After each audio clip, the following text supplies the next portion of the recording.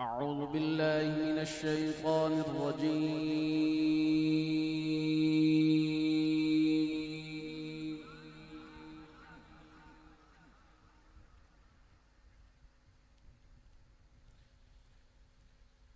بسم الله الرحمن الرحيم.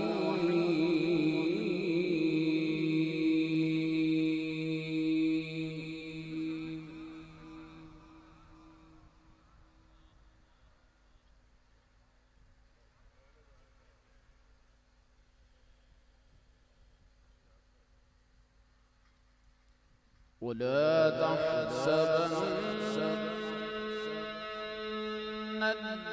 الذين قتلوا في سبيل الله أمواتا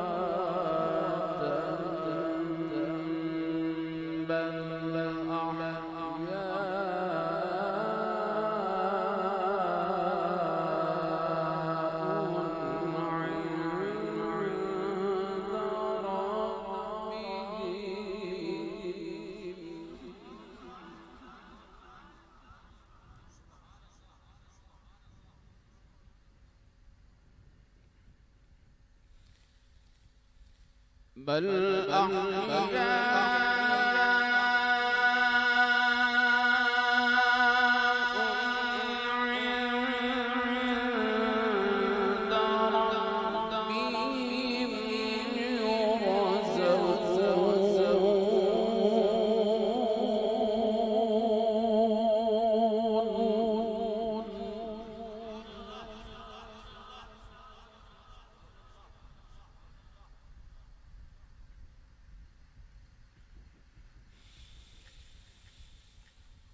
فرحين بما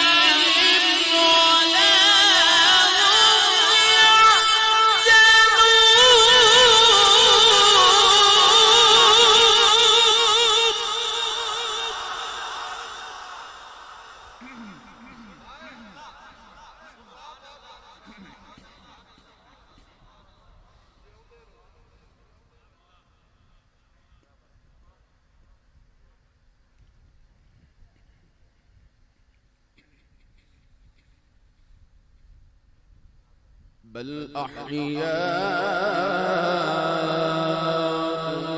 عند ربهم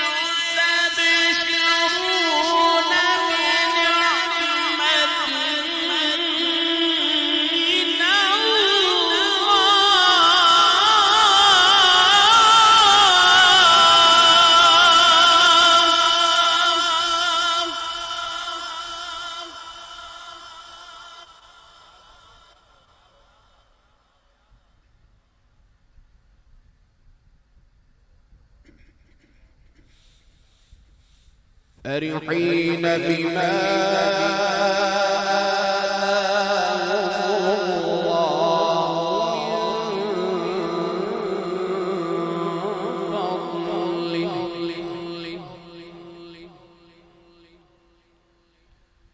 ويستبشرون ويستبشرون بالذين لم يلحقوا بهم من خلفهم ألا خوف عليهم ولا هم يحزنون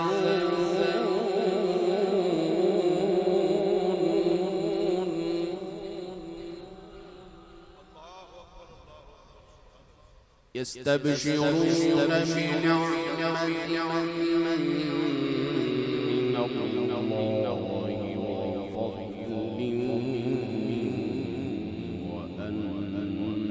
وأن الله لا يضيع أجر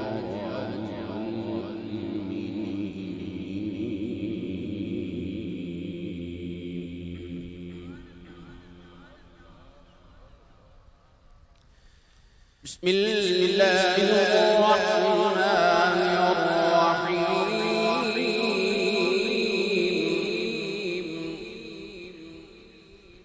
وقرن في بيوتكن ولا تبرجن تبرج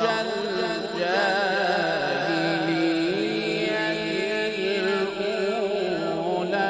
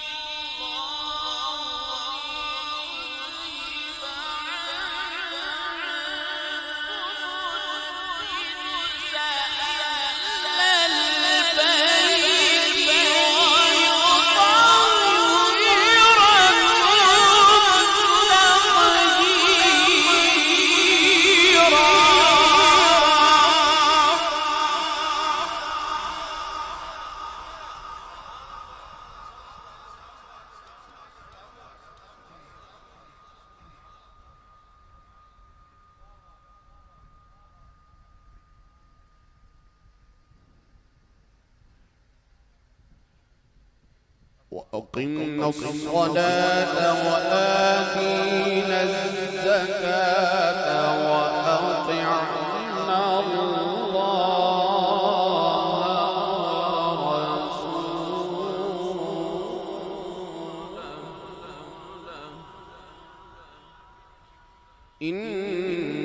إنما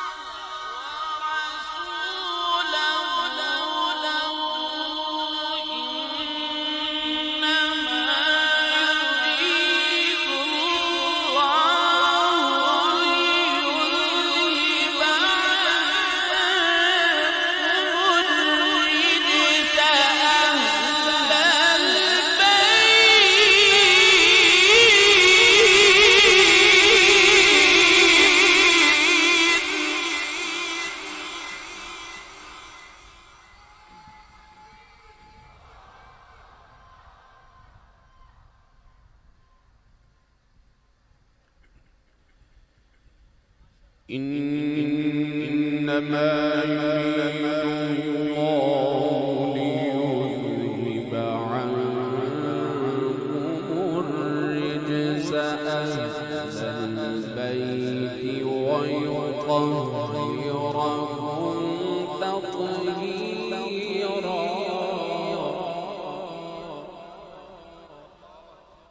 واذكرن ما يتلى في بيوتكن من آيات الله والحكمة إن الله كان لطيفا خبيرا.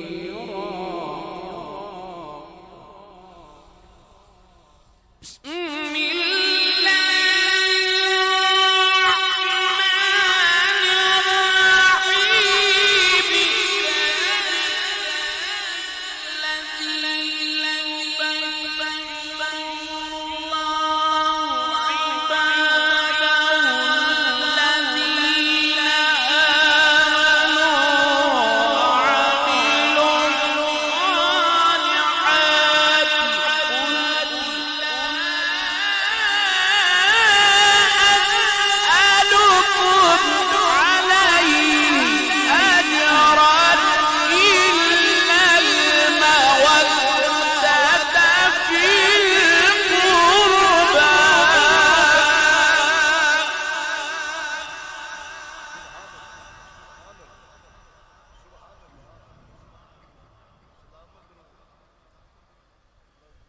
ومن يقترف حسنة نزد له فيها حسنا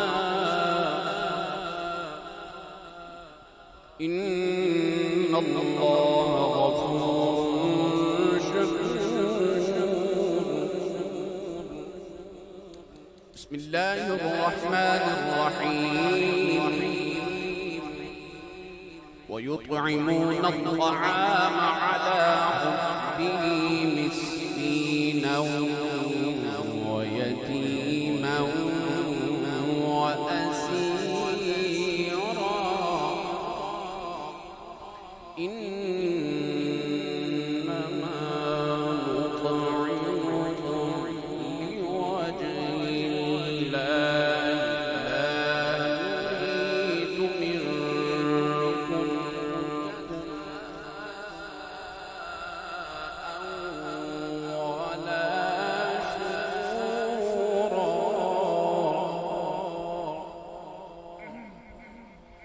إنا نخاف من ربنا يوما عبوسا قمطريرا.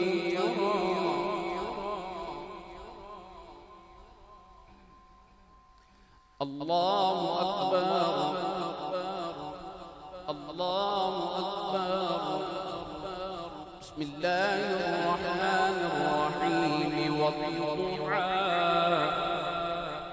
والضحى والليل إذا سجى ما ودعك ربك وما قلى.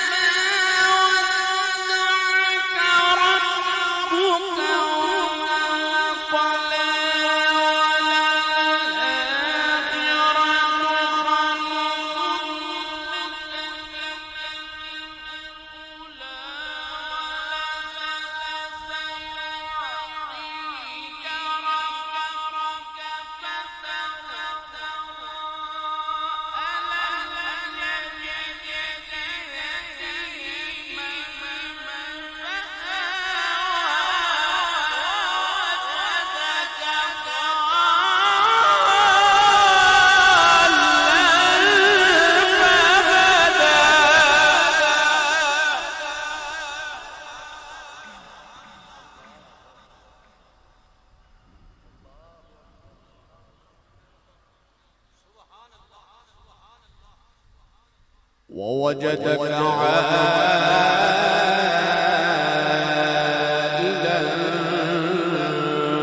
فأغنى